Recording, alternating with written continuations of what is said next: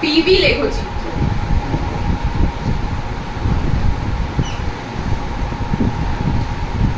বয়েলের সূত্র থেকে দেখলাম যে চাপ যদি বাড়ায় তাহলে আয়তন কমবে, অর্থাৎ দুটো ব্যস্ত সম্পর্কে আছে।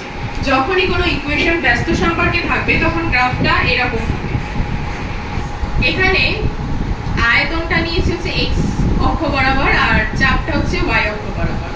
তাহলে আয়তনটা এতটা আছে, তখন চাপ কম আছে, তাহলে ইকুয়েশন ঠিক আছে, সম্পর্ক গুড গুড গুড। আবার চাপটা যখন এতটা তখন আয়তনটা একটু ভালো, ঠিক আছে, ব্যস্ত সম্পর্ক।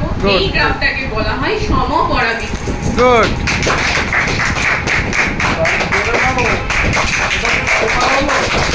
এটাও মাধ্যমিকে এসেছে। এবার একটা গ্রাফ পিভির সাথে পি।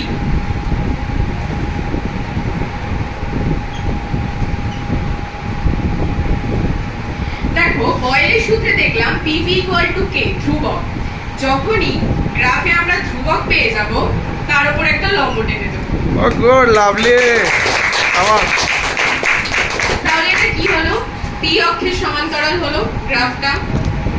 এবার যদি পিভিটা এখানে দিয়ে দেয়, দিয়ে এখানে যদি ভি দেয়, তাহলে ঘাবড়ানোর কিছু নেই, এই যে ধ্রুবক চলে এসেছে, ঠিক, ঠিক। ধ্রুবকের উপর লম্ব। Good good good good. এবার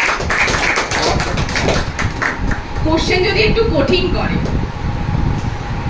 এটা বুঝতে পারছি।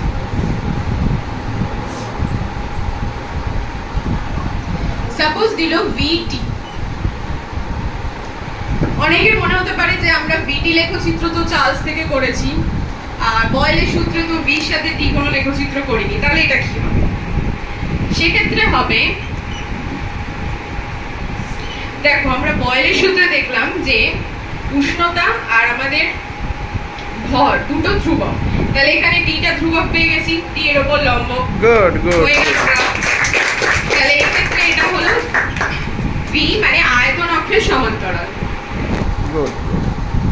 ওকে। তাহলে ভিডিওটা ভালো লাগলে একটা লাইক করে দাও, শেয়ার করে দাও, আর অবশ্যই পিএসসি স্টাইলকে সাবস্ক্রাইব করে দাও। আর কেমন লাগলো কমেন্ট করে জানিও। Thank you. ওকে।